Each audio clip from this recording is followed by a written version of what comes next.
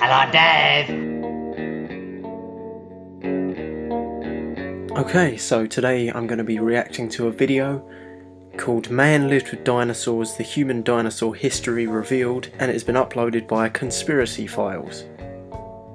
Now, before we start, no ill will meant towards this guy or his channel.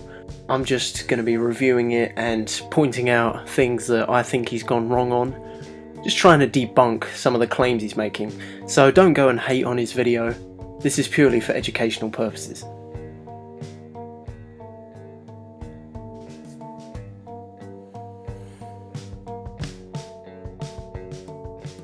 They teach you that dinosaurs went extinct 65 million years ago. Okay, so right off the bat, dinosaurs went extinct 65 million years ago. Not true. Birds are dinosaurs.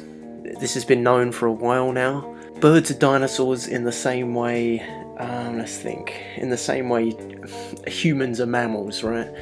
If all mammals died except humans, that's the same thing that happened with the dinosaurs. All of the dinosaurs died except the birds, and the birds just happened to be the avian dinosaurs, so I guess that probably helped them survive. They teach you that dinosaurs went extinct 65 million years ago. That's wrong! Yes, it is wrong. The Angkor Wat Temple. This temple is amazing. Built in Cambodia in the 12th century, it was originally built as a Hindu place of worship and then was later transformed into a Buddhist temple.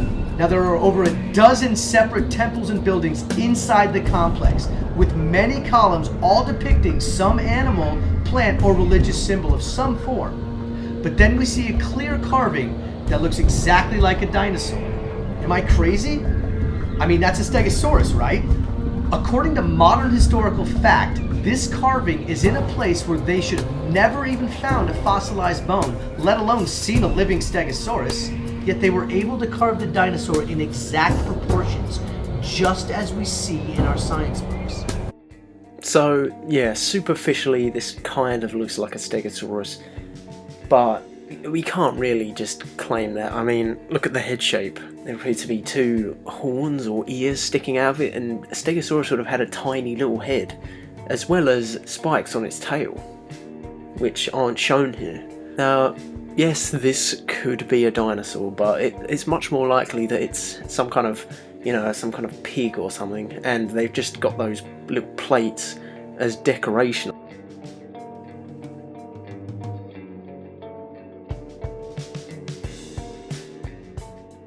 The Smithsonian Institute has claimed that this carving is a depiction of a wild boar or rhinoceros, but their research requires that you look at it from a certain angle, and only that angle.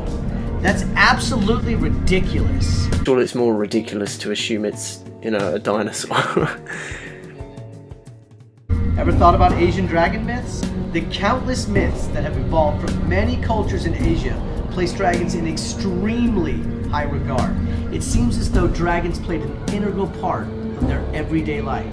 Chinese emperors often used them as a symbol for power and honor because they were considered benevolent creatures and thought of as a good luck charm.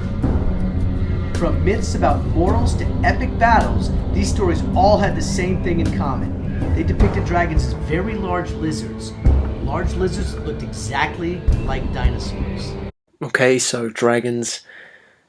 To me, Asian dragons, they look more aquatic. They look more like fish than anything. They have like whiskers that a catfish would have.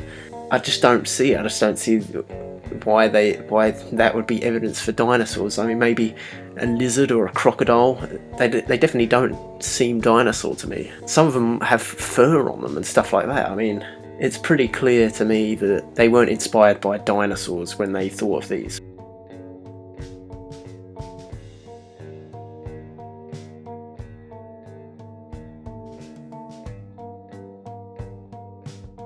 Hieroglyphs often depict animals that were local to the area or known through accounts from travelers abroad. Yet in some very old Egyptian carvings, dating from around 3100 BC, they show what appear to be long-necked dinosaurs or sauropods on many different occasions. Some are found on simple everyday items such as pottery. King Narmer had a stela made that showed one of his many victories, and on that tablet were two sauropod dinosaurs locking necks. Look at this tablet. Look at this lion. Look at the animal next to it, which they also call a lion. Do these even look remotely like the same animal? This is a sauropod, and this is a lion. Okay, so the only thing that would even remotely suggest that these are sauropod dinosaurs is the long neck. I mean, look at the rest of the proportions. The tail is long and curling up in a way that a canine or feline would. It's not sauropod like, you know, that their tail would be level all the time, otherwise they just wouldn't be able to balance properly. I mean, let's look at the legs. Quite clearly these legs appear canine or feline. It doesn't have that stocky body. Like a sauropod's legs would look like, you know, an elephant's legs. It would have a similar body shape to an elephant. The faces of these animals, they're not sauropods. These are the faces of predators. You can see fangs there. They have biting jaws and just very lion-like snouts. Sauropods didn't look like this. They ate leaves off of trees. So in my opinion, the long neck is just for artistic experimentation. I mean, our ancestors were probably quite creative. We're quite creative, you know, why is that so hard to believe? This is the most divisive source of evidence on historical dinosaurs. The Bible. A lot of people take the Bible to be a fable that was concocted by people 2,000 years ago. Many archaeological discoveries have been made using the Bible as a guide. For example, the Hittites were once considered a biblical legend until their capital city and records were found in Turkey. In the book of Job, God speaks of a behemoth, a very large animal that moved its tail like a cedar.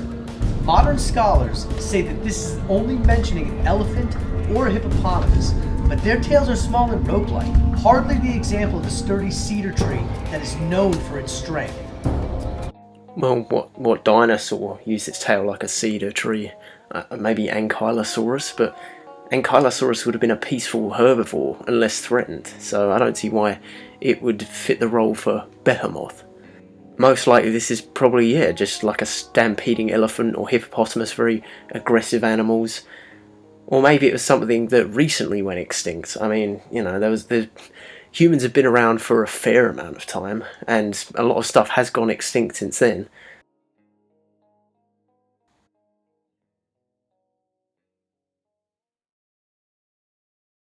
Another example is a Leviathan. The Leviathan lived in the water and was reported to be very large and able to move like no other animal.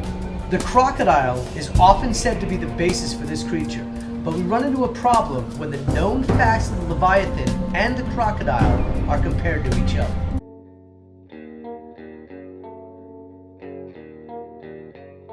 Okay, so there were no marine dinosaurs that we know of, so I don't see how Leviathan gives any evidence towards there being dinosaurs in human times.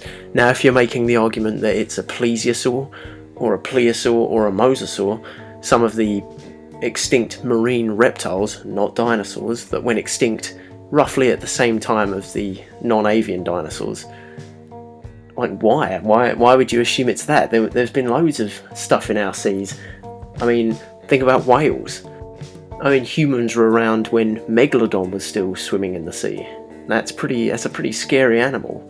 And some of the earlier whales appeared to look like plesiosaurs or plesiosaurs almost. So I don't see why you'd assume that this is evidence for dinosaurs. It just doesn't make any sense.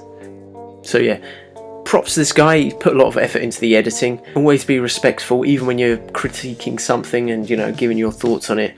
As long as you're respectful, YouTube is the place for learning, right? That's how I see it. Like the video if you did. Let me know in the comments below if you think I got anything wrong or there's anything that I missed. Share this video with a friend. Follow me on Twitter @all_things, capital C. And of course, if you haven't already, subscribe for more creepy content.